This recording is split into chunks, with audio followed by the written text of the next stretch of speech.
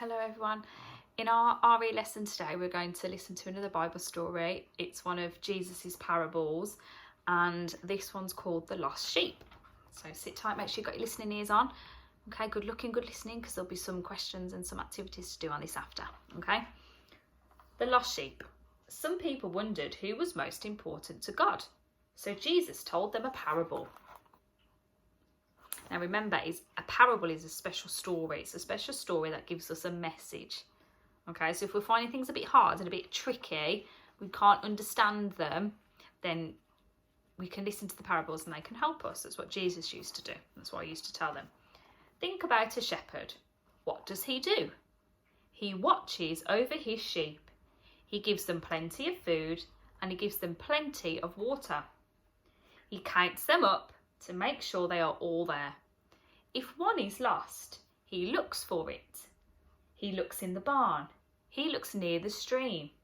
He looks in the hills. He looks everywhere. There's Jesus talking to the crowd, and here is the shepherd looking after his sheep, and he's counting his sheep, but he's realised one has missing. The shepherd does not give up.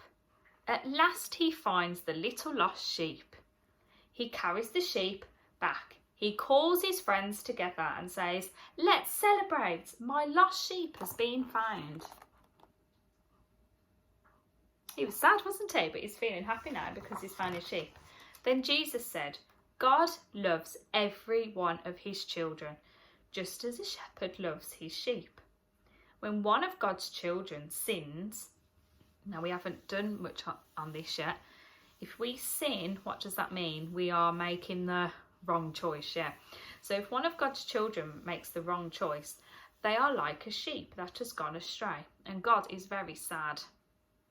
But when that person turns away from sin and comes back to God, God is very, very happy. He celebrates like a shepherd who has found his lost sheep.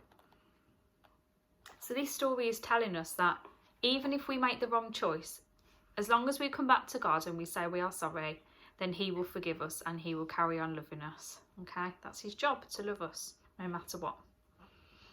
Okay, have a look underneath the video and you'll have some activities which you can do about this parable. Okay.